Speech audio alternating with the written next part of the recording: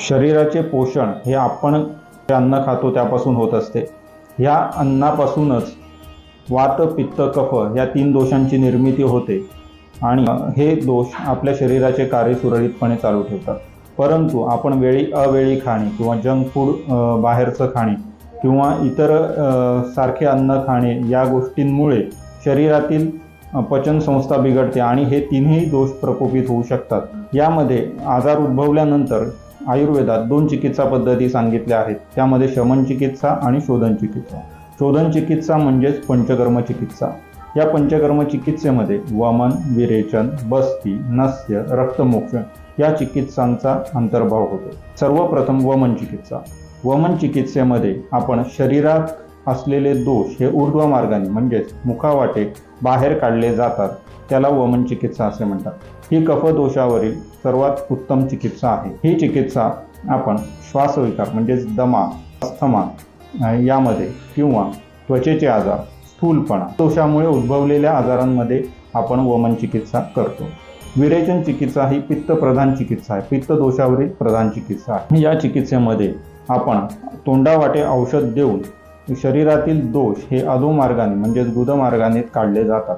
यामध्ये ही पित्त आणि रक्त या दोषांमधील उत्तम चिकित्सा आहे। सोरायसिस, एक्झिमा यांमध्ये आपण प्रॉपरली विरेचन करून घेतो। त्याचप्रमाणे ग्रहणीसारखा IBS मध्ये सुद्धा आपण विरेचन चिकित्सा करू शकतो। ही चिकित्सा आहे बस्ती चिकित्सा। बस्ती चिकित्सामध्ये म्हणजे मेडिकेटेड एनिमा आपण अधोमार्गाद्वारे औषध इन्सर्ट करून शरीरातील दोष हे बाहेर काढले जातात। ही वातदोषावरील उत्तम चिकित्सा आहे। यामध्ये वारंवार होणारे कॉन्स्टिपेशन असेल, त्वचा विकार असतील किंवा अस्थमा असेल किंवा पोटाचे काही आजार असतील यामध्ये ही चिकित्सा आपण करतो। ही बस्ती चिकित्सा म्हणजे एक प्रकारची अर्ध चिकित्सा पद्धती सुद्धा म्हटलेली आहे। नस्य। नस्य म्हणजे हेड आणि नेक आपल्या या ऊर्ध्वजत्रुगत प्रदेश म्हणजे हेड आणि नेक रिजनमधली उत्तम चिकित्सा आहे। यामध्ये सायनोसायटिस, वारंवार होणारी सर्दी किंवा मायग्रेन, फेशियल पाल्सी यांसारखे आजार असतील तेव्हा नेझल ड्रॉप्स मेडिकेटेड ऑइल किंवा तूप नाकाद्वारे सोडून ते नस्य चिकित्सा केली जाते। रक्तमोक्षण। रक्तमोक्षण म्हणजे लीच थेरपी, ब्लड लेटिंग याच्यात आपण ही रक्तदोषावरील आणि पित्तदोषावरील उत्तम चिकित्सा आहे।